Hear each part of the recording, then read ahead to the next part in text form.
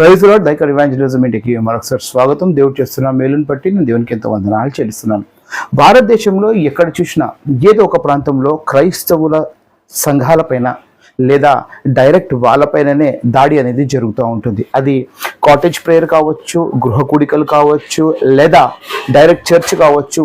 ఇంకొక విధంగా చెప్పాలంటే సువార్త సభ లేదా సువార్త పరిచర్యకి వెళ్తున్న సమయంలో ఎక్కడ ఒక చోట ఎవరో ఒకడు దాడి చేస్తూనే ఉన్నాడు. ఒక్కసారి ఈ వీడియో చూడండి. ఇది ఇంట్లో ప్రార్థన సభ జరుగుతున్న సమయంలో కొంతమంది ఈ అల్లరి ముఖాలు వచ్చి ఎలా ఆ ప్రార్థనను డిస్టర్బ్ చేస్తున్నారో, పైగా ఎంత అన్ఎడ్యుకేటెడ్ ఫెలోస్ వీళ్ళు మీరు అర్థం చేసుకోండి. ఒక్కసారి ఈ వీడియో మీరు చూడండి. हाथ मत लगाइए, ठीक है? कोई हाथ मत लगाइए कोई। मैं अंदर आने का बात ही नहीं किया। नहीं हटाऊंगा वीडियो। सेटलमेंट चल रहा है क्या? यहाँ सेटलमेंट चल रहा है क्या? बातचीत चल रहा है, मेरे को कोई इशू नहीं है। बातचीत से मेरे को कोई इशू नहीं है। नहीं होगा बंद, नहीं होगा। नहीं कोई किसी को नहीं बुला रहा, सब मोहल्ले वाले हैं। नहीं कोई नहीं बैठेगा। वहाँ जाके लेडीज लोग पूछने जा रहे हो आप लोग। చూశారు కదా ఈ వీడియోలో వీళ్ళు ఎలా ఈ చర్చ్ దగ్గర వచ్చారు. చర్చ్ కాదు, ఇది గృహము. ఇంట్లో ఉన్న ప్రార్థన సభలో వీళ్ళు వచ్చి డిస్టర్బ్ చేస్తున్నారు. ఈ డిస్టర్బెన్స్ చేయడమే కాదు, వాళ్ళ వీడియోస్ తీసి వాళ్ళకు బ్లాక్మెయిల్ కూడా చేస్తూ ఉంటారు. మనకు అందరికీ తెలుసు, ఇలాంటి వాళ్ళు ఎక్కువగా ఎక్స్టార్షన్స్ కి అలవాటు పడి ఉంటారు. వాళ్ళని బెదిరిస్తారు, బెదిరించి వాళ్ళని బ్లాక్మెయిల్ చేసి వాళ్ళ దగ్గర డబ్బులు లాక్కుంటా ఉంటారు. పైగా వీళ్ళే కేసు ఇస్తారు, వీళ్ళే ఎఫ్ఐఆర్లు రాపిస్తారు. తర్వాత ఎప్పుడైతే ఇన్వెస్టిగేషన్ జరుగుతుందో అక్కడ ఎలాంటి మ్యాటర్ అనేది ఉండదు. ఇది అందరికీ తెలిసిన ఒక నెక్కెడ్ ట్రూత్ ఇది. బట్ స్టిల్ ఇలాంటి వాళ్ళు ముందు వస్తారు, వచ్చి వీళ్ళు చేయాల్సిన పనులు చేస్తూనే ఉంటారు. అలహాబాద్ హైకోర్టు డిసెంబర్ నుంచి 26 లోపు, డిసెంబర్ టు జనవరి మధ్యలో ఒక తీర్పు ఇచ్చారు. కాటేజ్ ప్రేయర్స్ ఏదైతే ఉంటాయో, లేకపోతే గృహ కూడికలు ఎలా ఉంటాయో, ఇలాంటి సభలకు ఎలాంటి పర్మిషన్స్ అవసరం లేదు. మీరు హ్యాపీగా ఇంట్లో మీ ప్రార్థన జరుపుకోవచ్చు అని అలహాబాద్ హైకోర్టు అనేది చాలా క్లియర్గా తీర్పు ఇచ్చారు. దీని వెనుకలో ఎక్కువగా మరణాత ప్రేయర్ ఫెలోషిప్స్ వాళ్ళు బాగా దీని కోసం ఫైట్ చేయడం అనేది జరిగింది. కంటిన్యూగా పిటిషన్స్ పెట్టడం వల్ల ఈ వర్డిక్ట్ అనేది ఇవ్వడం జరిగింది. ఎన్ని హైకోర్ట్స్ కానీ తీర్పులు ఇచ్చినా ఈ అన్ఎడ్యుకేటెడ్ ఫెలోస్కి అసలు చట్టం అంటే తెలుసా? లేదా వీళ్ళు ఎప్పుడైనా ఇంత దారుణంగా వీళ్ళు చర్చిల దగ్గర వచ్చి దాడులు చేస్తారు కదా. రీసెంట్ గా ఒక హోలీ నాడున జరిగిన ఒక ఇన్సిడెంట్ మీకు చెప్తాను. ఈ హోలీ నాడున కొంతమంది పనికి మాలిన వెధవలు స్త్రీలను ఎలా అసభ్యంగా ప్రవర్తిస్తున్నారో ఒక్కసారి నేను ఈ క్లిప్ చూపెడతాను. ఒకసారి చూడండి. బ్లర్ ఉంటుంది, దయచేసి తప్పుగా అర్థం చేసుకోకండి. ఒకసారి చూడండి మీరు.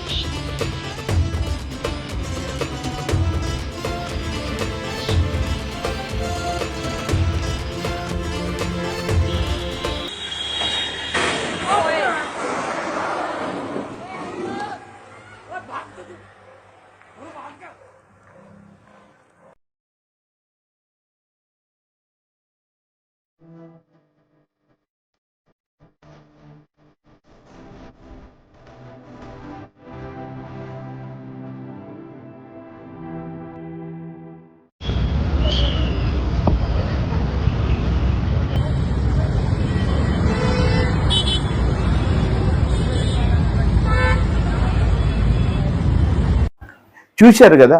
ఒక మీడియాలో ఒక మహిళ చెప్తున్న మాట ఏంటిదంటే గనక, బృందావన్ అనే ప్రాంతంలో హోలీ అనేది చాలా బాగా చేస్తారు. ఆ ప్రాంతంలో నేను కూడా హోలీ కోసం వెళ్ళాను. కానీ అక్కడ ఉన్న వాళ్ళు కేవలము మహిళలకు మాత్రమే టార్గెట్ చేస్తున్నారు.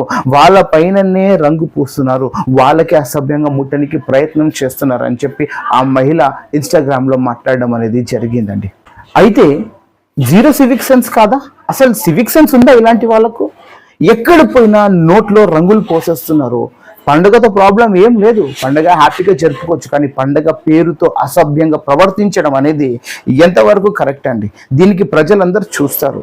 ఎవరైనా నీట్గా తయారై బయటకు వెళ్తూ ఉంటే వాళ్ళపైన కావాలని రంగులు పొయ్యడము ఎన్నోసార్లు చూసినాం మనం. ఒకవేళ వాడు మంచిగా కనిపిస్తున్నాడు, మంచి డ్రెస్ వేసుకొని బయట పోతున్నాడంటే అతని పైన లేనిపోని రంగులు వేసి అతనికి కంప్లీట్గా డిస్కరేజ్ చేసి అతనికి ఇంటికి పంపించేస్తారండి. ఇది ఎవరితో కాదు, నాతో కూడా జరిగిన ఒక సంఘటన. నేను ఎక్కడో పని మీద బయటకు వెళ్దాం అనుకునే లోపల నా పైన కలర్ పోశారు. పోయడమే కాదు, ఎందుకయ్యా పోసినావు అని అడిగితే వాళ్ళు బెదిరిస్తూ నా ముందుకు నా పైన ఒక 50 మంది కనీసం కొట్టడానికి వచ్చారు. అప్పుడు తెలివిగా బయటకు వెళ్ళిపోవడం అనేది జరిగింది. అంటే ఇది జస్ట్ 1 year బ్యాక్ జరిగిన ఇన్సిడెంట్ ఇది. నేను నాలాంటి వాళ్ళు ఇంకెంతమంది ఉన్నారు? చాలా మంది ఉన్నారు.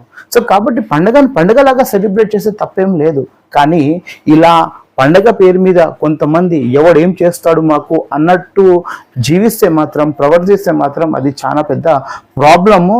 ప్రతి సిటిజన్కి లేకపోతే ప్రతి ఒక్క వ్యక్తికి ఈ ప్రాబ్లం అనేది ఫేస్ అవ్వడం అనేది జరుగుతుంది. సరే, ఇది పక్కన పెడతాం కాసేపు. ఇప్పుడు హైకోర్టు నుంచి ఎన్ని ఆదేశాలు వచ్చినా ఈ అల్లరి ముక్కలకు ఏమైనా ఫరక్ పడుతుందా?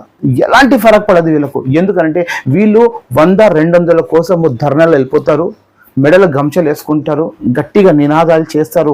అమాయకమైన ప్రజలను తన బెదిరింపుల ద్వారా 10 మందిలో మేము ఉన్నాము, పోటుగాళ్ళము అని చెప్పి ధైర్యంగా ముందుకెళ్తారు. వీళ్ళందరూ గుంపులోనే అరవగలుగుతారు. సింగిల్గా ఎవరి గురించి మాట్లాడే అంత ధైర్యం లేదు. వీళ్ళు బయట రావాలన్నా 10 మందితోనే రావాలి. ఇలాంటి వాళ్ళు ఈరోజు చాలామంది చట్టాన్ని ఉల్లంఘిస్తూ జీవిస్తున్నారు. ఇలాంటి వాళ్ళపైన కేసు వేసిన వీళ్ళను బయట తీయడానికి కొన్ని సంస్థలు రెడీగా ఉన్నారు. మీరేమంటారు ఫ్రెండ్స్?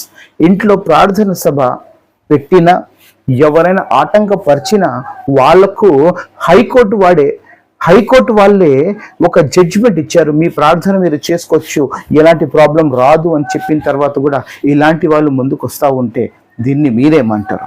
కామెంట్స్ ద్వారా మాకు తెలియజేయండి. God bless you all. Have a great day.